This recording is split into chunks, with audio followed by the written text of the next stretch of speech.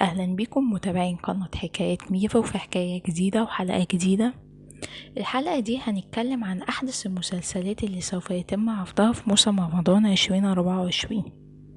بس قبل ما أبدأ أتمنى منك تنزل تعمل لايك وسبسكرايب للقناة لو انت لسه جديد، وتفعل الجرس عشان يوصلك كل جديد.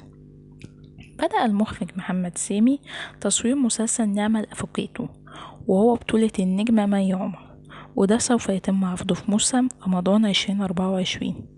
والمسلسل ده هيكون مكون من 15 حلقة، حيث صور فريق العمل المشاهد الأولى في جاردن سيتي، وصور كل من مي عمر وأحمد زاهر وأروى جودة وطارق النهبي في لوكيشن مكتب المحاماة اللي بيملكه طارق النهبي. وبتجسد مي عمر شخصية محامية بتدعي نعمة أبو علب، وهي شخصية جديدة بتقدمها مي في الدراما التلفزيونية، وبتمر تلك الشخصية بعدة أحداث مختلفة خلال سير الحلقات.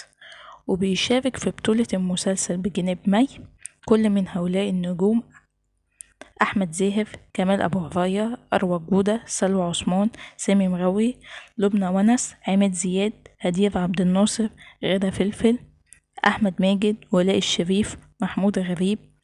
والعمل بتدور أحداثه في 15 حلقة في إطار اجتماعي تشويقي.